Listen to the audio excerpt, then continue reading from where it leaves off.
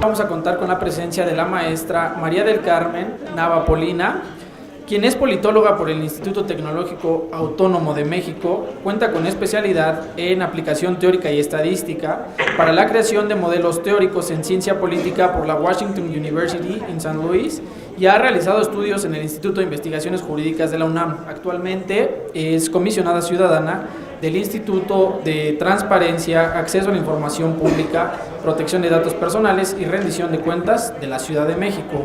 Contamos también con la presencia de la doctora Perla Gómez Gallardo, quien es egresada de nuestra Facultad de Derecho de la Universidad Nacional Autónoma de México. Cuenta con estudios de licenciatura y maestría en Derecho, con mención honorífica por nuestra universidad, además de un doctorado con mención honorífica con la tesis Revisión epistemológica de los alcances y límites de la libertad de expresión y del derecho a la acceso de la información frente a los derechos de la personalidad, tratándose de figuras públicas.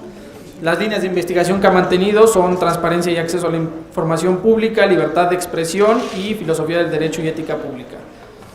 Contamos también con la participación de la maestra Angélica Cuevas Martínez, quien realizó sus estudios de maestría y licenciatura en la Facultad de Derecho de nuestra universidad, ambas con mención honorífica, y actualmente es doctoranda en la Barra Nacional de Abogados con el tema de investigación Gobierno Abierto y el Derecho a la Buena Administración Pública. Cuenta con más de 10 años de experiencia en la formación académica de estudiantes de posgrado, de maestría y especialidad y licenciatura en los sistemas de educación abierta y distancia, tanto de nuestra Facultad de Derecho como en la Facultad de Estudios Superiores, Campus Acatlán, ambas de nuestra universidad. Cedo el uso del micrófono al maestro Israel Sandoval Jiménez, por favor, para dar paso a esta maravillosa mesa. Gracias. Muchas gracias, Elías. Agradecemos la presencia de todos los presentes, agradecemos también al InfoDF que se encuentre aquí en nuestras instalaciones, que traigan temas novedosos. También quiero agradecer al maestro Jimmy que se encuentra en esta aula y también pues, comentarle a los alumnos que si se esperan hasta el final de la conferencia les va a dar un punto extra, entonces no se pierdan esta magnífica mesa. Ya lo hablé con él, no se preocupen. Y bueno, yo estoy muy congratulado por estar aquí presente. Tengo a expertas en el tema y para no robarles más el tiempo quisiera decirles que el Gobierno Abierto nace justamente en el año de 2011 en la presidencia de Barack Obama, quien se encarga de impulsar este tema. Se funda con 8 países, afortunadamente ha crecido el número y ahora ya son 75. Y bueno, antes de seguir con este tema me gustaría darle la introducción a la maestra María del Carmen Nava Polina, comisionada ciudadana. Muchas gracias. Muchas gracias. ¿Sí se oye bien? Pues muchas gracias por la invitación y encantada de participar acá. Yo voy a dividir mi participación en 3 partes. La primera es, creo que rebota un poquito, ¿está bien? A ver, ya si rebotara menos, ya creo que ya, ¿no? Bueno, en la primera parte voy a comentar cuáles son los elementos que tenemos en la Constitución de la ciudad para poder tener una exigencia de apertura de instituciones. Una exigencia, pero también, por supuesto, cumplimiento. Incluso ya se han dado varias reformas en distintas instituciones justo para empezar a implementar el Estado abierto.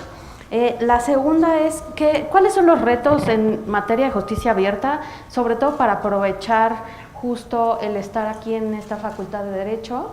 Esos temas vienen muy a colación. Y la última, ¿qué estamos haciendo en el Instituto de la Ciudad, en el Info de la Ciudad, en materia justo de Estado abierto? Entonces, bueno, hay varios principios que establece la Constitución local en cuanto a la cobertura de Estado abierto. En primer lugar está justo que las autoridades, está la parte de democracia participativa.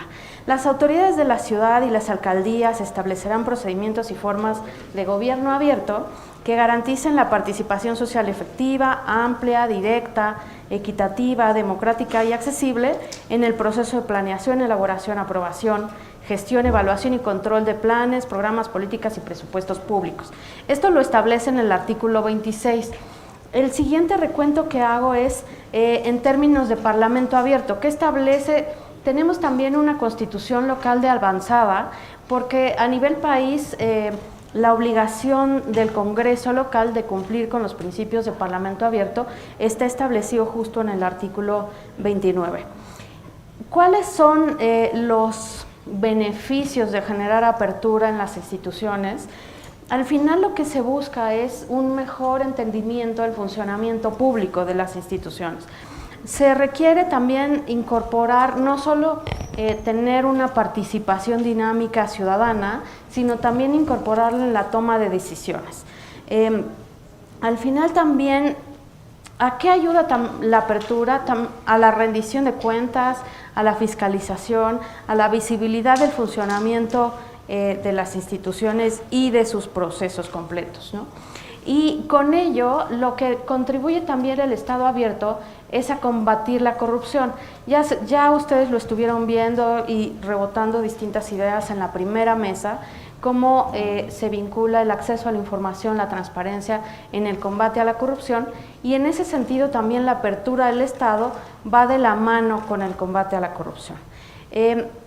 Otra característica que establece igual en la Constitución local de la Ciudad de México es que se utilice los datos abiertos en la generación de información pública. ¿Qué quiere decir datos abiertos? Que estén en un lenguaje sencillo, que estén en formatos accesibles. Los datos abiertos permiten también reutilizar la información pública que se genera. Y bueno, parte de los elementos de la apertura también está integridad. La integridad pública es fundamental porque justo parte de la rendición de cuentas, de poder tener parámetros de honestidad y de nitidez en el manejo de recursos.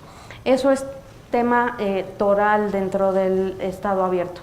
Y es una de las características que también se establecen en la Constitución de la ciudad.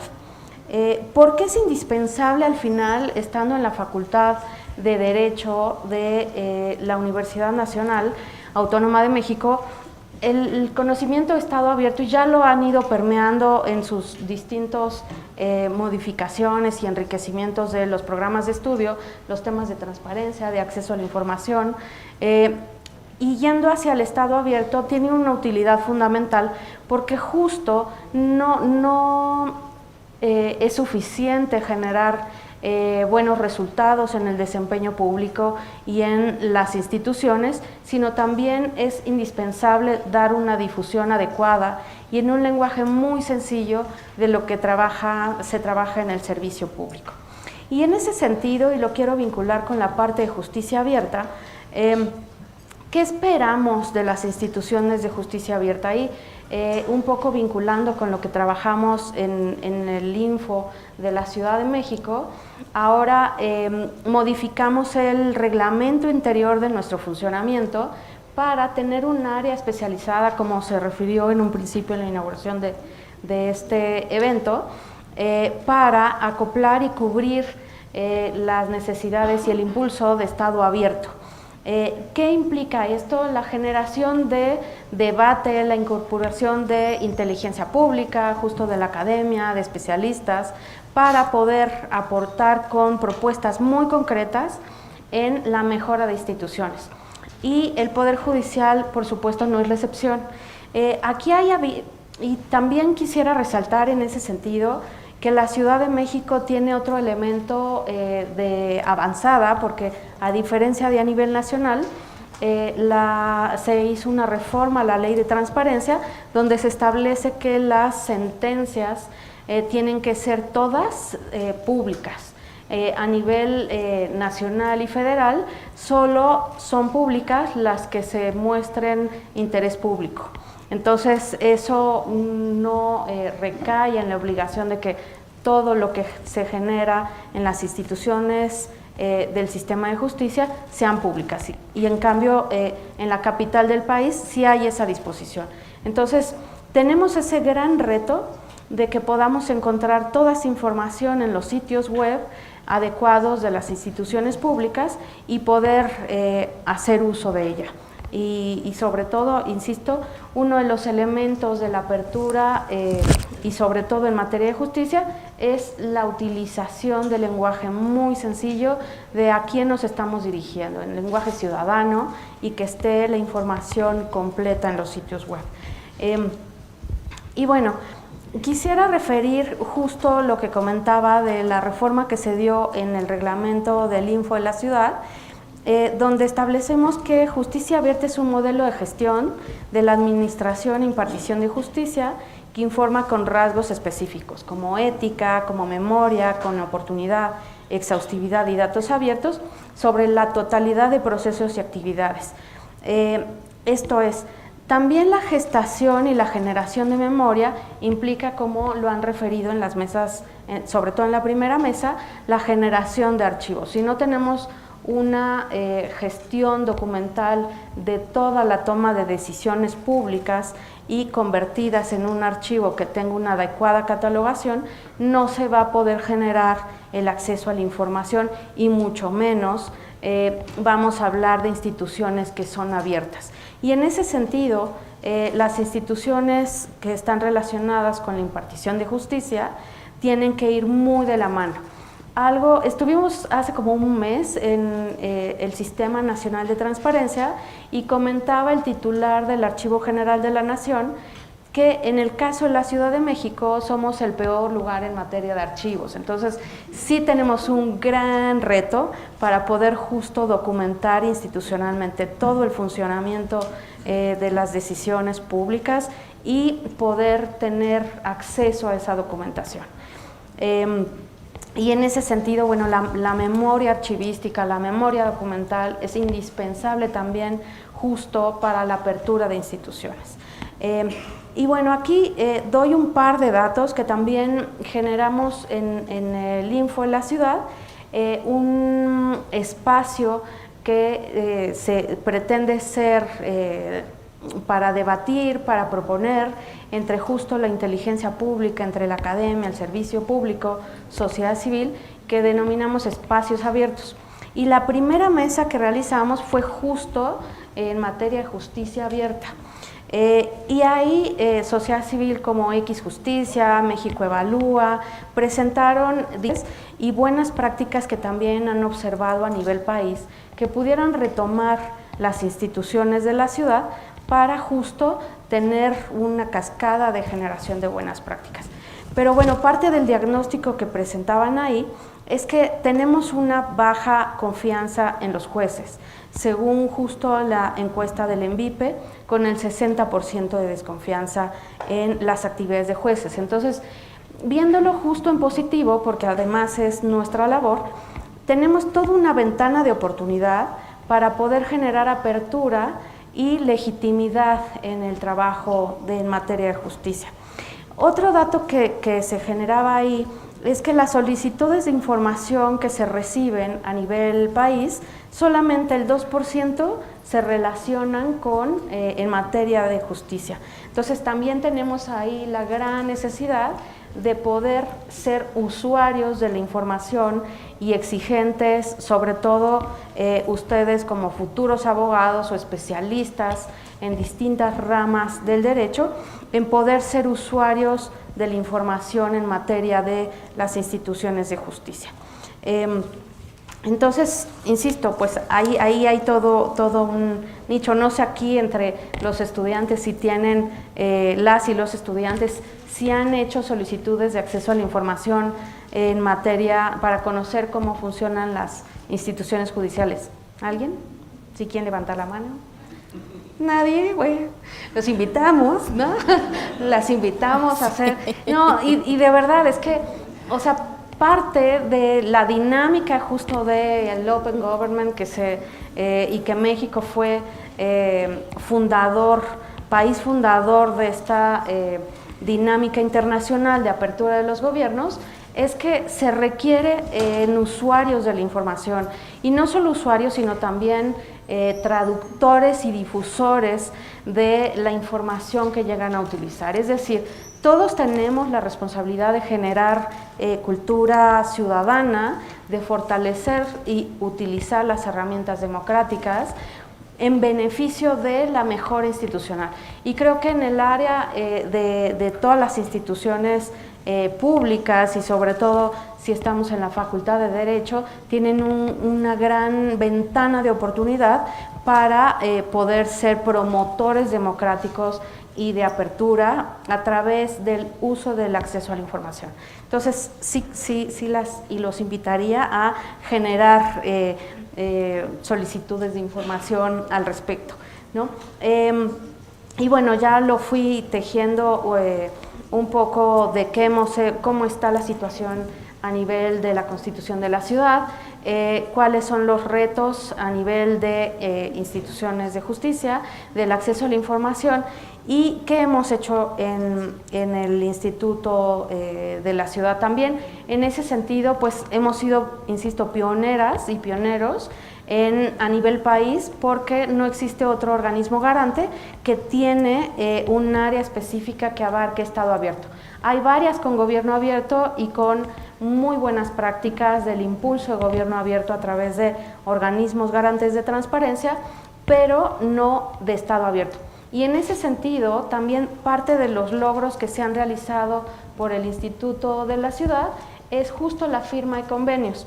Hemos hecho un par de firmas de convenios, el primero fue con alcaldías, el segundo con el Congreso de la Ciudad, y dos de las características muy específicas es justo poder generar acciones de gobierno abierto en el caso de las alcaldías y poder generar acciones en materia de parlamento abierto en las distintas áreas del Congreso y en sus distintos procesos legislativos. Entonces, ahí ya tenemos un instrumento que nos va a permitir generar buenas prácticas y acciones muy concretas. De hecho, y doy también un par de ejemplos que se han dado de avanzada en el Congreso de la Ciudad con esta primera legislatura, y uno es que tienen justo un código de ética que antes no existía. Entonces, parte justo de los elementos que comentaba de requerir integridad y requerir un funcionamiento honesto de las instituciones es, en el caso de los congresos, tener códigos de ética, pero sobre todo no es tenerlos, sino echarlos a andar, ¿no? Y activarlos, ¿no? Como al final es el reto de todos los marcos normativos y regulatorios. Pero es una buena práctica porque antes no existía. Otra de las cosas a resaltar que se han hecho en el Congreso local es que eliminaron las sesiones secretas, que también era un uso y costumbre dentro de, el legislativo, siempre ha sido como un recurso ahí a utilizar, ¿no?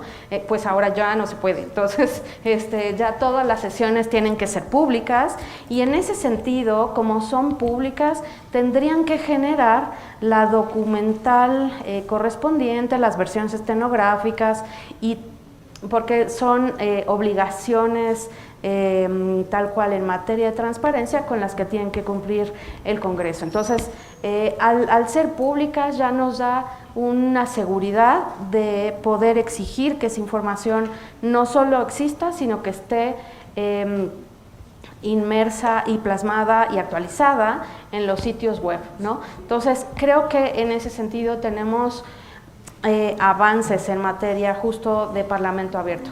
Ahora, el gran reto de Estado abierto, y con eso quisiera terminar, es que cómo incorporar la participación ciudadana, la inteligencia pública en la toma de decisiones. O sea, el Estado abierto no solo requiere generar participación y tener interlocución, sino tomar de la inteligencia pública y especializada la mejora institucional, o sea, incorporarla en las decisiones para la mejora institucional. Entonces, en ese sentido sí tenemos grandes retos. Me parece que en el Instituto de la Ciudad hemos dado avances importantes, ¿no? En 4 meses, creo que eso es algo, y bueno, en ese sentido justo, y termino con la difusión que se ha dado a nivel de comunicación también del trabajo del Info de la Ciudad, es que se han utilizado, y bueno, viene a colación por lo de el debate que se dio en la mesa anterior, de el uso de redes sociales, pueden encontrar la información que generamos de las mesas de trabajo, de los debates del pleno, de las distintas actividades que desarrollan las direcciones. Está el canal YouTube del Info de la Ciudad, está el material en distintos podcasts, hacemos Facebook Live. O sea, ese tipo de herramientas no se contaban. Hay un canal directo de Spotify, entonces me parece que nuestro gran reto en materia, no solo de apertura, sino también de transparencia y de acceso a la información, es poder llegar a la población que no es usuaria de tecnologías de información, de teléfonos inteligentes y que no está en las universidades. Es decir, que cualquier persona, sea adulto mayor, sea esté en la etapa de niñez, pueda saber que la herramienta de transparencia y el acceso a la información es en beneficio suyo. Entonces, los invitaría a seguir nuestras redes sociales y el trabajo del Instituto de la Ciudad para poder, sobre todo, generar sinergias de intercomunicación con todas las personas. Y ustedes que son profesionistas en formación, pues sobre todo con ustedes, ¿no? Les agradezco mucho.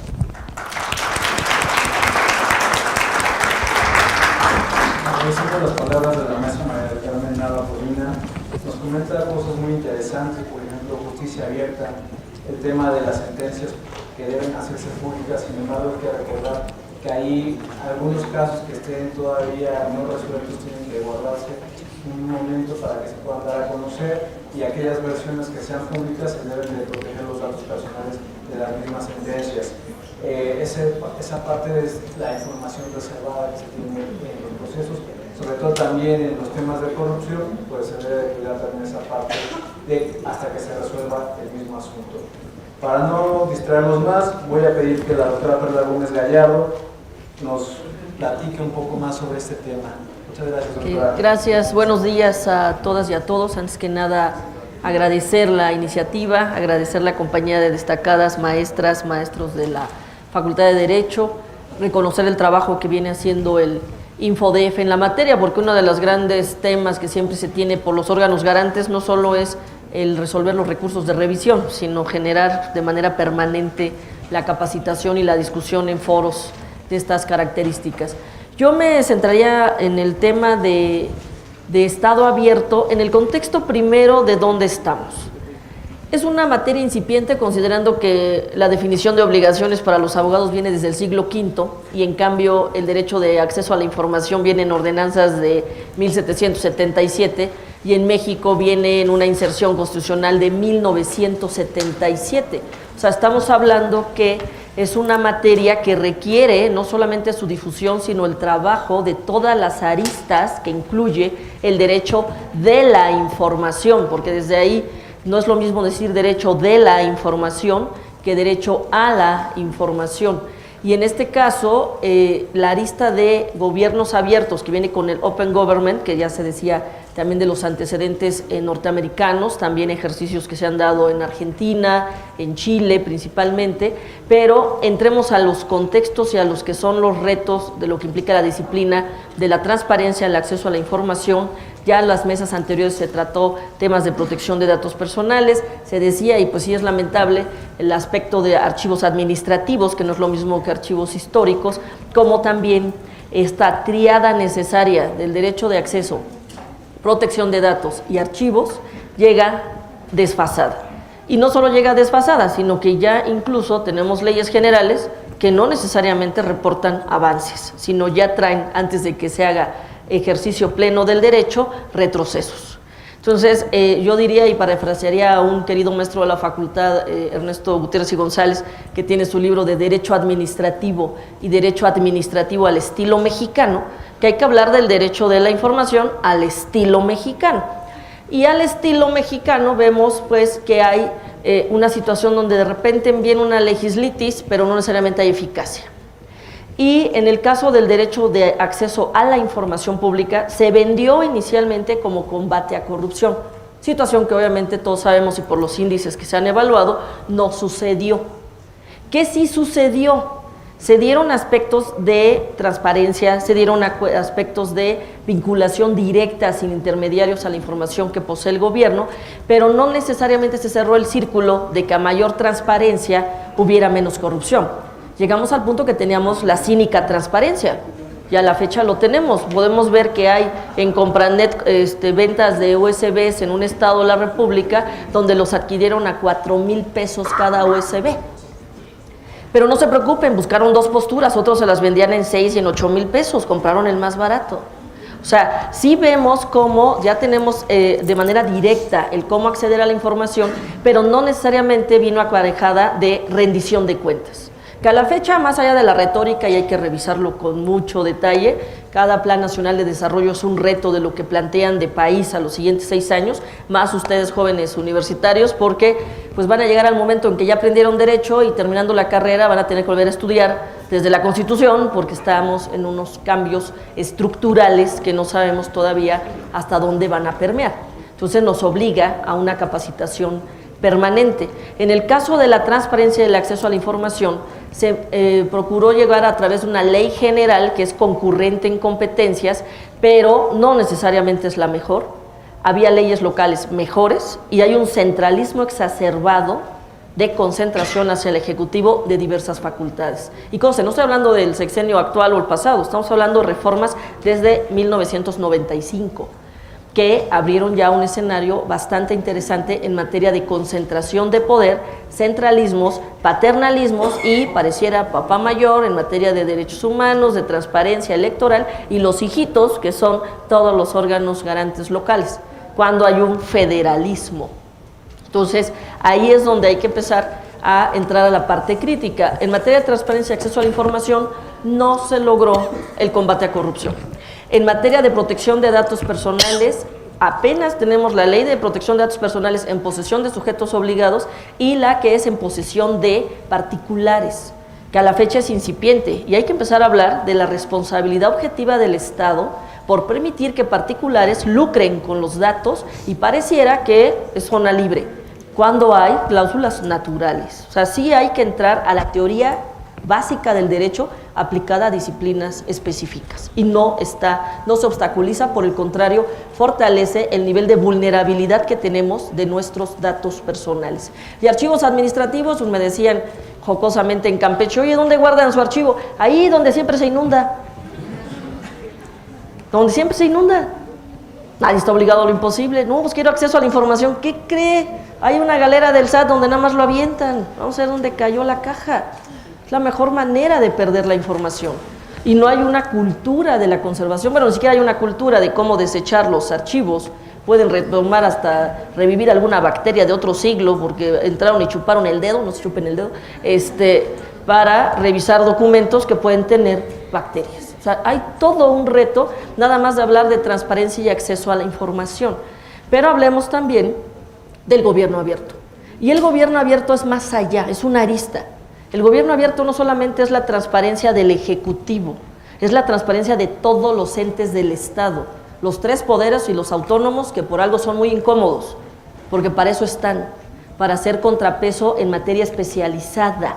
Ya la teoría clásica de Montesquieu de la división de poderes ya quedó superada en el sentido de que se requieren órganos especializados en materia económica, de transparencia, derechos humanos, electoral, incluso de competencia, y aguas ahí, medición.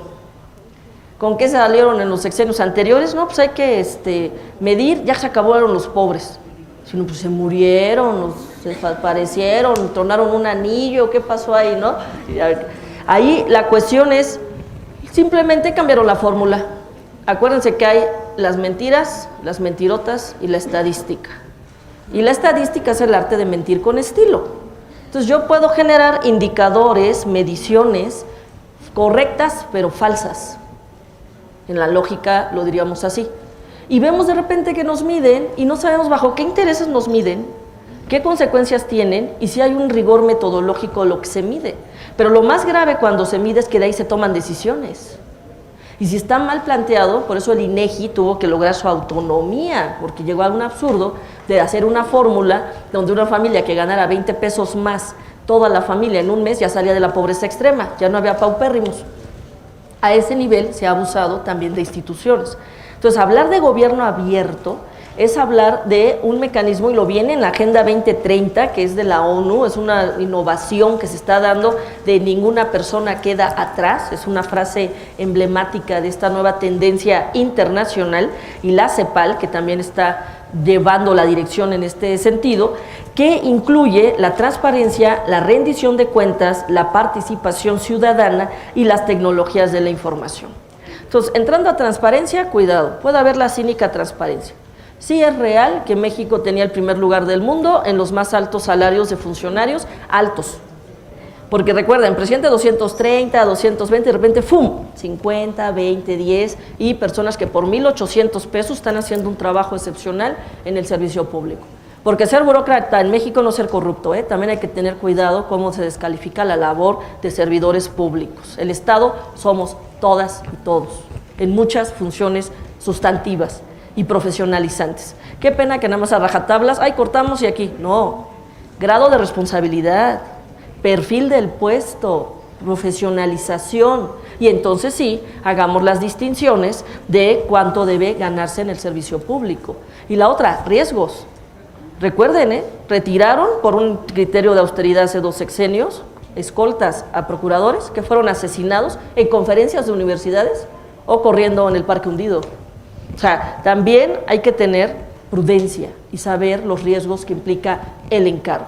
Entonces, no es tan fácil hablar de transparencia cuando vemos de repente simulación, la transparencia focalizada, que yo le llamo opacidad seleccionada, de repente ya no es tan fácil, tienes que dar hasta 50 clics para encontrar una información, el periodismo de investigación, que ya al fin, después de ya décadas, se logró que toda agencia de noticias tenga un periodista que esté haciendo solicitudes de información vía la ley de transparencia para documentar casos. Vean el caso de Ana Lilia Pérez, ahorita ella es el plus de las documentaciones de Pemex, pero fue una periodista que tuvo 7 demandas de daño moral por atreverse a documentar los contratos de Muriño, que en paz descanse, exsecretario de Gobernación, cuando trabajaba con el expresidente Calderón en la Secretaría de Energía y le dio contratos a sus familiares en materia gasera.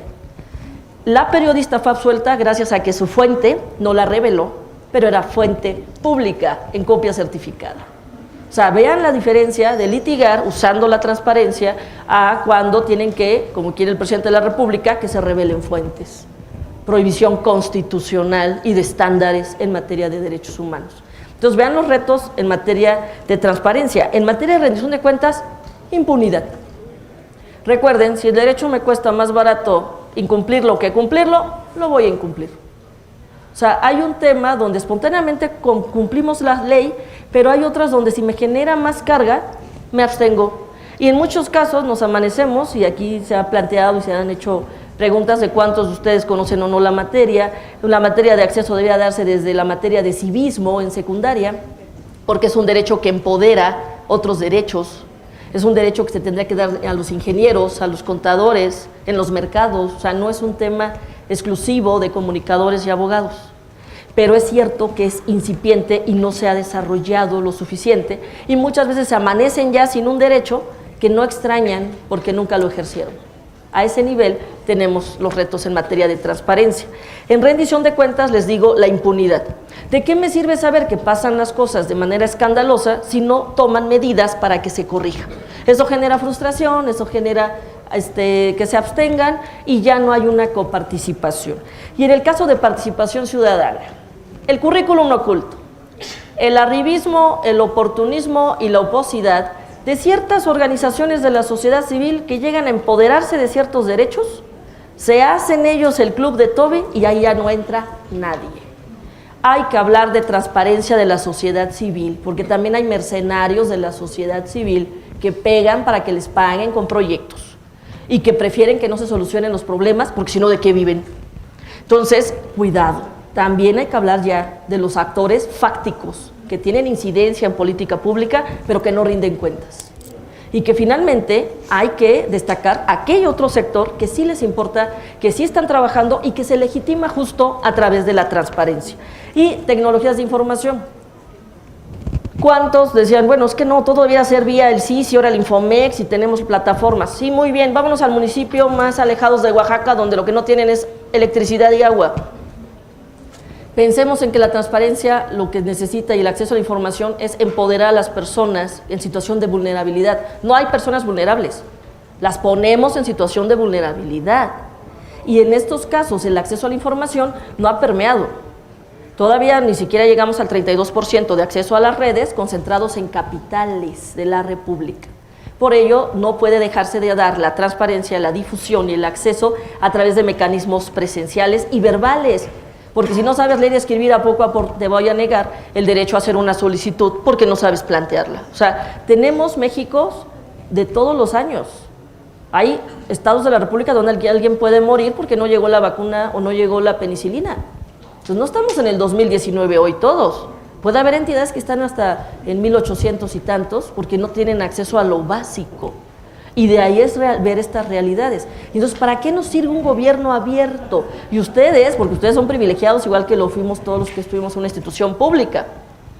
La deserción desde el tercer año de primaria, niños de 8 años que ya no siguen estudiando porque tienen que aportar a la familia. Y no es decir, ay, hay explotación, no, es pobreza. Y tienen que aportar a la familia y ponerse a trabajar desde edades tempranas. La deserción de 1 de cada 3 en la prepa. ¿Cuántos llegan realmente a la universidad y a universidad de calidad donde no les vendan fraudes? A ese nivel, en el privilegio que tuvimos los que tenemos acceso a la educación, pues hay un compromiso social de cómo ayudar a empoderar a aquellos otros que no están teniendo el acceso ni siquiera a saber sobre sus derechos. Y de eso trata el Estado abierto. Trata de usar la transparencia, trata de fomentar la participación ciudadana, trata de ejercer la rendición de cuentas a través y utilizando herramientas transversales como las tecnologías, pero finalmente cerrando un círculo de coparticipación, de la siguiente etapa de la democracia, que es democracia participativa, no solo representativa, y de que los gobernantes se sientan incómodos. No pueden sentirse cómodos ejerciendo recursos públicos, pero sin retórica, insisto, sino ya en un tema de ejercicio estratégico. Se han ido haciendo conquistas, está muy incipiente esta materia, incluso el concepto de Open Government o de Estado abierto, todavía es un concepto abierto, todavía no se cierran las características que queremos darle conceptualmente. Y ustedes tienen una gran oportunidad utilizando estas materias transversales para hacer incidencia, porque finalmente se estorban. Y vienen retrocesos, y no son menores. Y los órganos garantes estorban, los órganos autónomos estorban. Entonces hay que tener cuidado en las reformas, porque como nunca el principal vicio y la forma de destruir democracias es no tener contrapesos.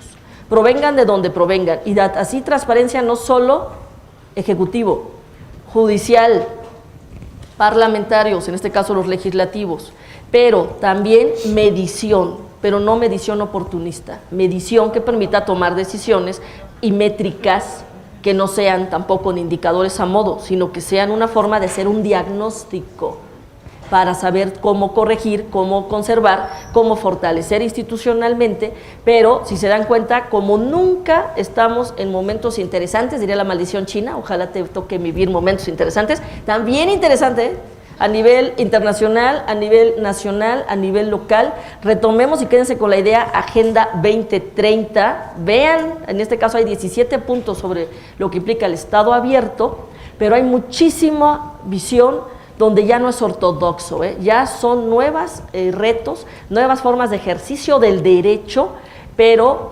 regresando al origen, regresando a los principios que le dan sentido. Por algo hay materias básicas, porque de ahí, si no se mueven, no los sorprenden. Muchas gracias.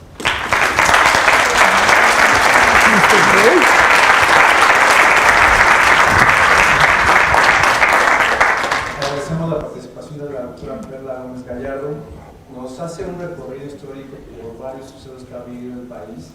Es importante recalcar que si bien las solicitudes de información son un derecho, también implican una responsabilidad, porque no podemos estar generando solicitudes nada más porque sí o porque se nos ocurrió, sino que implica que la información que vamos a recibir la vamos a ocupar de manera correcta, ya que eso es una obligación también de nosotros como ciudadanos, ejercer nuestro derecho con respeto, pero también es importante que esa información que se utiliza sea ocupada y citada correctamente, como dice la maestra. Otro de los puntos que menciona la doctora Perla es que los archivos que estaban en manos antes del mundo académico, que todo el mundo tenía acceso, de repente un día dijeron vamos a quitárselos a los académicos porque son peligrosos, porque hacen solicitudes de información y entonces los vamos a mandar a la estructura de la Secretaría de Gobernación, y entonces la Secretaría de Gobernación es la que se encarga ahora de, ¿cómo decirlo?, purificar esos archivos y controlar quién tiene acceso a ellos y quién no. Entonces yo creo que es una fuente importante, son fuentes primordiales, como ustedes saben algunas veces, como bien lo dijo la doctora Perla, se pierden esos archivos, se queman esos archivos como pasa en la vida real. Entonces tengamos cuidado con todo lo que pedimos, con todo lo que ejercemos. No quiero robar más tiempo, quiero darle la palabra a una de las expertas en gobierno abierto, que es la maestra Angélica Cuevas. Como ustedes saben, la maestra Angélica se dedica a esos temas, es su tesis de doctorado, entonces vamos a tener una charla muy interesante. Muchas gracias. Muchas gracias. Pues primero que nada, el maestro Rodolfo nos los dijo en la mesa anterior, le tocó el reto de cerrar una participación, ahora me tocan 2 retos, cerrar también los foros. Entonces, en ese sentido, yo quisiera precisar algunas cosas que me di cuenta que sucedieron a lo largo de estas mesas. La comisionada Elsa y mi comisionada compañera les preguntaron acerca de términos, y a veces también corremos el error de dar por sentado que conocemos las definiciones como tal. Entonces, yo quisiera precisar qué es gobierno abierto. Gobierno abierto es un mecanismo que a nivel internacional, nacional y local se ha implementado para abrir a conocimiento de todos la información. Y yo también diría, pues que eso no ya se hacía, no que las regulaciones tanto locales y nacionales ya nos obligaban, pues pareciera un subejercicio o un trabajo extraordinario que pues se veía en las antes denominadas obligaciones de oficio y ahora con la información pública, en la que todos teníamos acceso a todos, tanto las estructuras, los salarios, los funcionamientos. Entonces, ¿cuál sería la diferencia entre uno y otro? ¿Y cuál sería la importancia que está incluido en la Agenda 2030? Bueno, quizás también tendríamos que incorporar un nuevo tema que sería gobernanza. Gobernanza es una parte en la que el Estado opta o busca una manera más moderna, en donde el ciudadano está al centro de todo, es el pilar de todo, es el gran aliado, y yo diría también es la forma neotransparente de ver al derecho de acceso a la información, es decir, el ciudadano es quien es el aliado, es el gran vigilante y quien me va a ayudar también a incorporar esta nueva visión de cómo gestionar los servicios para hacerlo mejor para todos. Si nosotros buscamos gobierno abierto, baja en 4 pilares, que la maestra Perla ya los retomó, en participación ciudadana, rendición de cuentas, acceso a la información y basados o también incorporados a las nuevas tecnologías. Entonces, esta forma de hacer más eficiente el servicio público es uno de los objetivos que busca Gobierno Abierto. Ahora, Gobierno Abierto trabaja también en 2 grandes ramas. Uno es participación ciudadana y la otra es cooperación. Entonces, si nosotros a esta forma nueva de trabajo incorporamos una visión en donde el ciudadano va a obtener información, ya no nada más de este derecho o el ejercicio de este derecho de acceso a la información, pues diríamos como para qué nos sirve, ¿no? Estamos trabajando doble. En derecho a la información no tendríamos que preguntar para qué lo quiere, pero Gobierno Abierto deja más amplia esta visión donde te dice, ¿sabes qué? No me interesa saber para qué lo quieres, pero tengo o apuesto para que la información que pongo a tu alcance sirva de provecho no nada más para ti, sino para un grupo más amplio. Entonces, en ese sentido, yo también tendría que decir, bueno, estos grandes retos, gran implementación, tendríamos que tener cuidado en algunas cosas. Por ejemplo, ya hacemos esta operación, tenemos estos lineamientos, operamos de determinada forma. ¿Y qué pasa cuando cambias de administración? Cuando cambias incluso de la forma de trabajo. El primer gran reto es superar la nueva forma, la nueva gestión que se va a incorporar, porque pareciera que incluso cambios de administraciones grandes como las federales o pequeñas dentro de la misma oficina, dicen es que se me ocurrió una nueva forma de hacerlo. Pues sí, pero el trabajo que ya tenías, el camino que ya avanzaste, podría perderse. Ahora, ya lo tienes, ya hiciste el esfuerzo, ya te apoyaron tus jefes, se hizo un cambio de política, hubo voluntad política para hacerlo. Y luego, la actualización, ¿quién la va a hacer? Corremos los errores que conozco aquí algunas caras de titulares de unidades de transparencia. Todo lo que se parezca a transparencia, todo aviéntenselos a ellos. Entonces, las actualizaciones, ¿quién las hace? Los mismos de las unidades de transparencia, ¿no? Entonces, te exigen cumplir, que es algo muy bueno para el ciudadano, con menos tiempo, porque creo que la Ciudad de México es la que menos días tarda en contestarle al ciudadano, ¿verdad? Entonces, eso implica que para los que estamos en el servicio público, pues nos acortan los tiempos. Y luego no nada más eso, sino tienes que cumplir con tu trabajo cotidiano. Entonces, bueno, ahí un doble roto. Luego, segundo, las unidades de transparencia se vuelven en los fastidiosos de los compañeros o de las grandes instituciones, porque entonces somos los que les hablamos y ya nada más te quedan 2 días. Sí, pero tengo trabajo. Te queda 1 día. Sí, pero tengo trabajo. No solo lo tuyo es importante. Bueno, a eso le incrementas una actividad adicional que es la actualización de todo lo que subes como gobierno abierto, pues nos van a querer mucho más, ¿no? Esta va ligada del presupuesto que se puede asignar a las áreas. Se entiende que gobierno abierto es una actividad adicional. Si bien es cierto, cumplimos con las obligaciones de transparencia, gobierno abierto tienes que darle algo más al ciudadano para que pueda tener más herramientas para la toma de decisión. ¿Y esto quién lo hace? Tenemos voluntad política, creo que es lo más importante. Pero ¿cómo se ejecuta? Requieres dinero. Dinero no nada más para el órgano garante, que ya está obligado por la Ley General de Transparencia, ¿no? Dice, el que es encargado de generar políticas en gobierno abierto es el órgano garante. Y a nivel pequeña célula, ¿quién lo hace? El de transparencia, que ya tiene 2. Entonces, en ese sentido, se incrementa un nuevo elemento. Y la más importante y el reto más difícil de solventar en gobierno abierto es cómo le haces para que el ciudadano se interese en la información que le estás dando. Porque si bien es cierto, si nos interesa, ingresas a la solicitud de información, incluso como decía Israel, aunque sea para fastidiar al compañero, pero tienes esta herramienta, ¿cómo le haces para que el ciudadano se interese en preguntar en cosas de su gobierno? Yo les pregunto, y es una pregunta que tendríamos que interiorizar, ¿conocemos el nombre de nuestro diputado a nivel distrito? Pues ahí tendríamos la primera duda. Luego, yo les diría, ¿conocemos a los titulares de las dependencias? Y entonces, ¿como para qué nos servirá tener tanta información a la mano para hacer una tesis de doctorado? Yo la tengo de ganar. Yo pregunto y todo me lo entregan. Entonces, ¿cómo le haces o cómo generas una política pública tan robusta que le digas al ciudadano, ¿sabes qué? Si pregunta, prendas la llama de la incertidumbre y decir, ¿sabes qué? Puedes tener lo que quieras.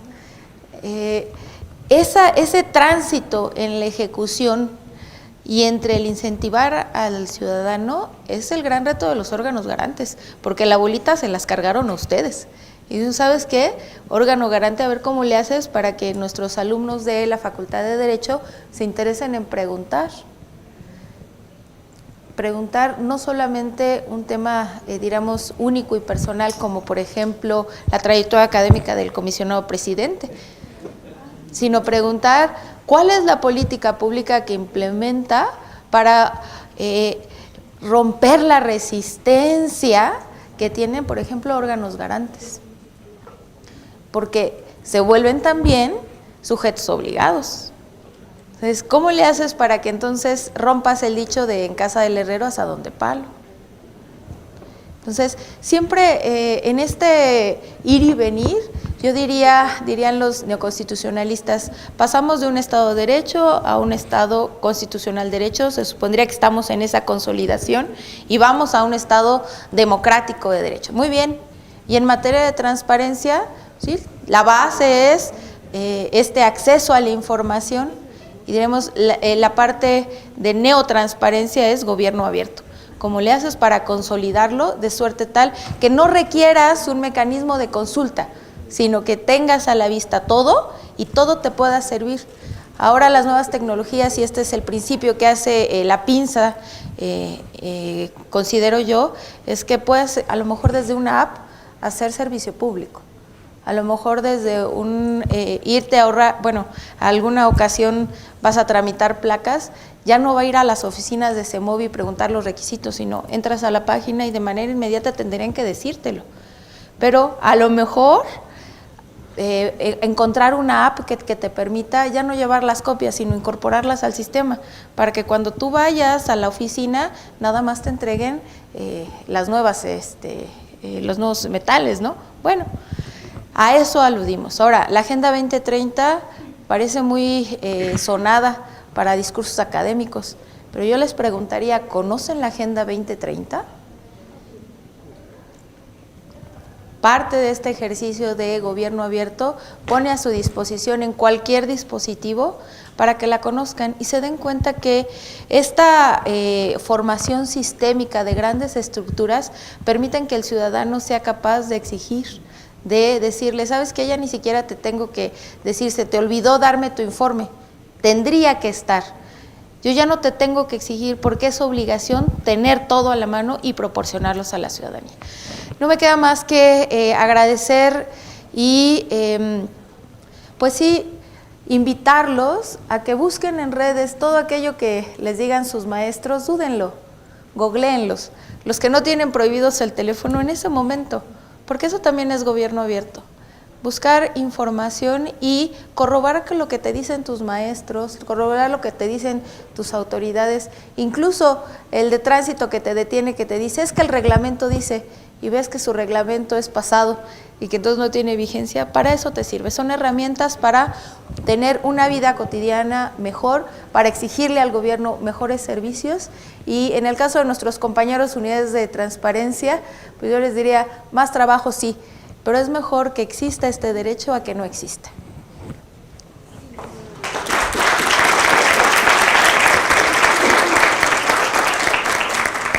Agradecemos las palabras de la maestra Angélica Cuevas. Le tocó la hazaña de cerrar no solo esta mesa, sino todo el conversatorio que implica, deja muchos temas en el tintero.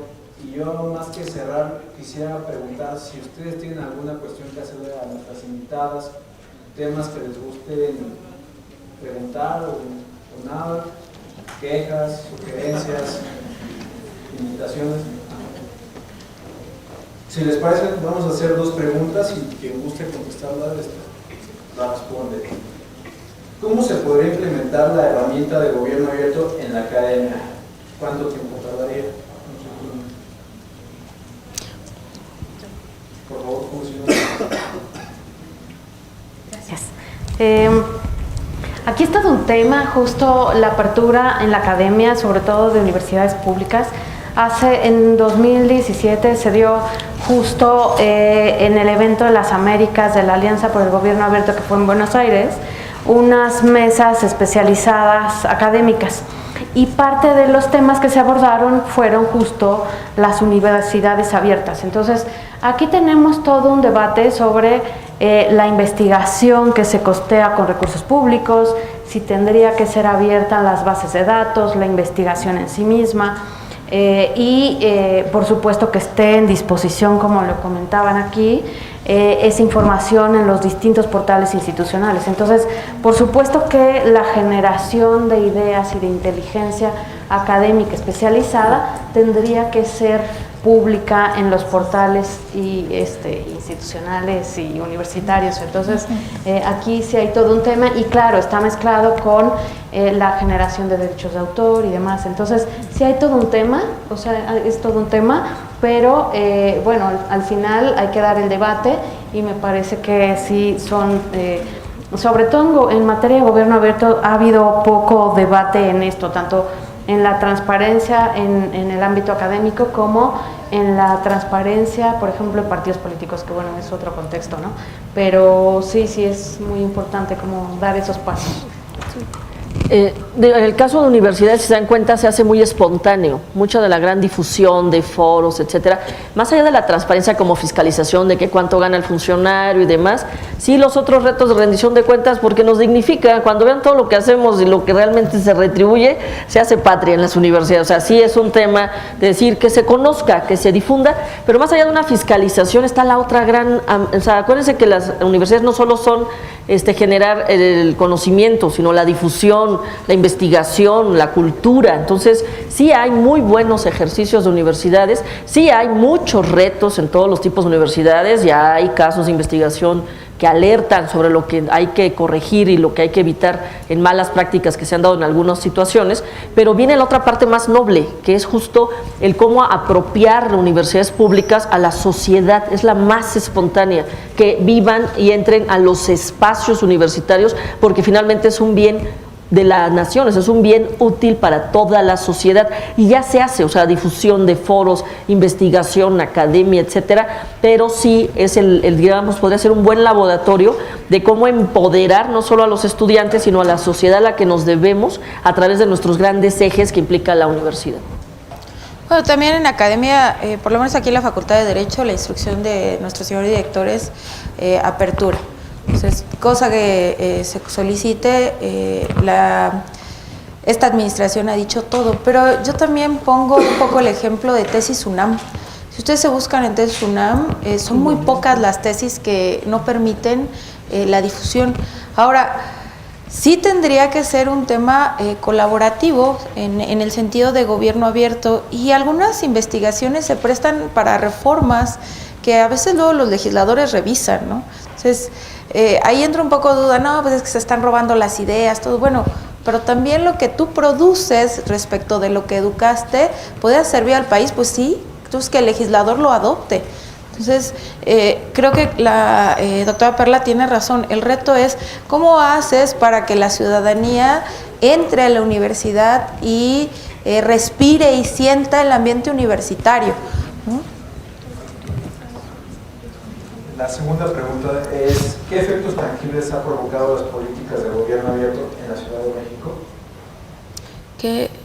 Repito, ¿qué efectos tangibles han provocado las políticas de gobierno abierto en la Ciudad de México? Yo diría primero normativa, sí está regulado, creo que esa parte no es tan común en todos los países de Latinoamérica, se ha ido ampliando y hay una base, digamos.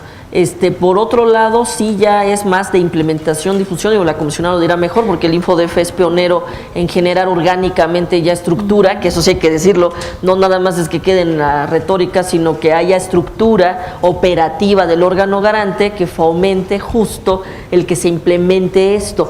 Pero conste, no es que es más ambicioso, no solo es transparencia, es que las personas se acerquen y hagan uso directo, no haya intermediario y estén fiscalizando, proponiendo, creando, incluso se quiere invertir ya la fórmula, no que nos planeen las cosas, sino que la sociedad aporte, conociendo los límites y alcances del gobierno, lo que realmente quiere que pase. Creo que en la Ciudad de México van por buen camino en el sentido ya orgánico y en el sentido normativo. Ya hay 2 experimentos que hicieron en Brasil y en Costa Rica y en Chile, y en el caso de Chile fue hacia el Poder Judicial, en Costa Rica, no, en Chile fue en Poder Legislativo y en Costa Rica fue al Poder Judicial, de empezar a ampliarlo a que no sea tan ortodoxo, buenas prácticas, capacitación y cambiar el chip, O sea, sí es un hecho de, pues si usas recursos públicos tienes que rendir cuentas, no te gusta, pues está la iniciativa privada, ¿no? Pero sí es un tema de cultura de la transparencia, que es lo que abonamos y es lo que más se fomenta en la universidad. Sí. Yo quisiera comentar, o sea, en efecto no solo basta tener una estructura normativa, sino también tener una estructura que opere las disposiciones y obligaciones. Y en ese sentido, nosotros en el instituto hemos ido como un poco más allá, justo para no quedarnos en la parte normativa, sino más bien en las acciones.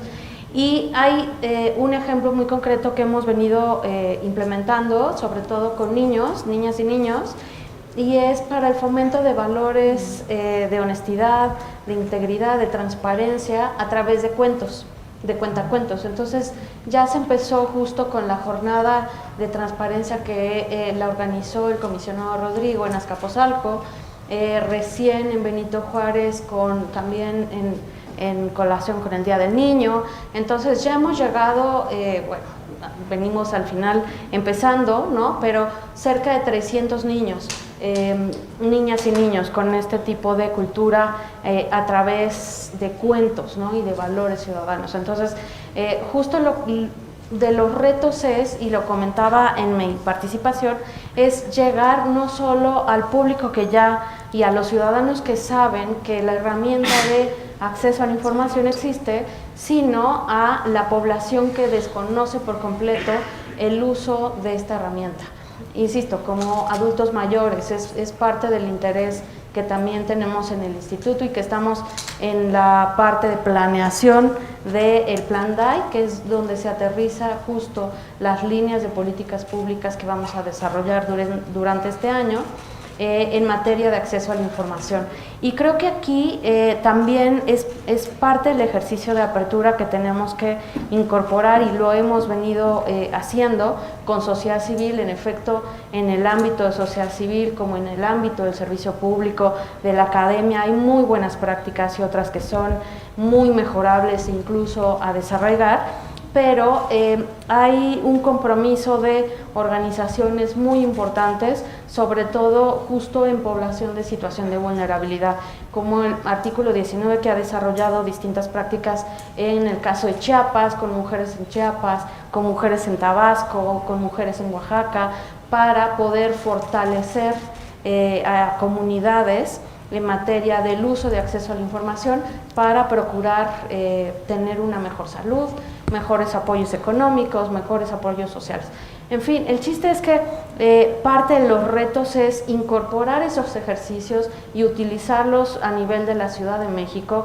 E insisto, o sea, para esos ejercicios también es indispensable ir en compañía de estudiantes, de universitarios, porque ustedes son y llevan la semilla que gesta el fortalecimiento ciudadano y insisto, o sea, son replicadores del uso de la información pública. Entonces, al hacer uso de la información pública, vamos a ir empoderando y vamos a ir solventando las necesidades que se tienen en distintas comunidades, en distintas temáticas, en materia de movilidad, de calidad de vida, en fin, o sea, hay un sinnúmero de retos en cuanto a la Ciudad de México y formas de incorporar esta participación. Entonces, de eso nos estamos ocupando, y sí hay todo un sinfín, así que quien se quiera sumar a este tipo de ejercicios con el info, nosotros encantadas y encantados. Cuando leyó la pregunta del maestro Israel, decía algo tangible. Yo les voy a dar un ejemplo tangible de aprovechamiento de gobierno abierto, sin decir nombres y con las debidas salvedades de la discusión en ese asunto en particular. Hay por ahí una página en internet donde buscamos cédulas profesionales, donde vemos acuerdos.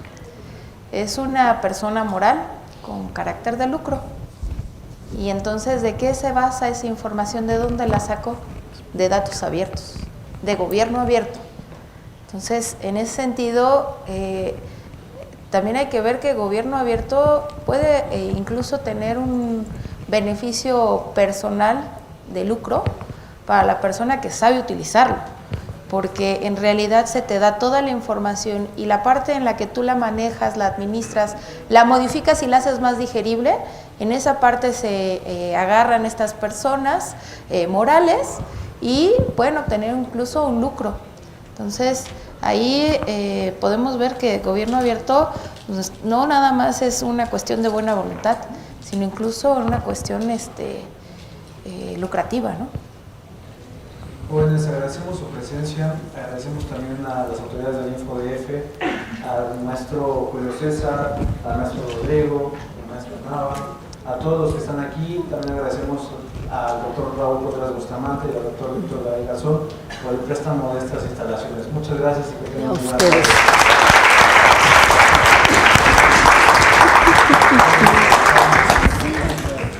Muchas gracias.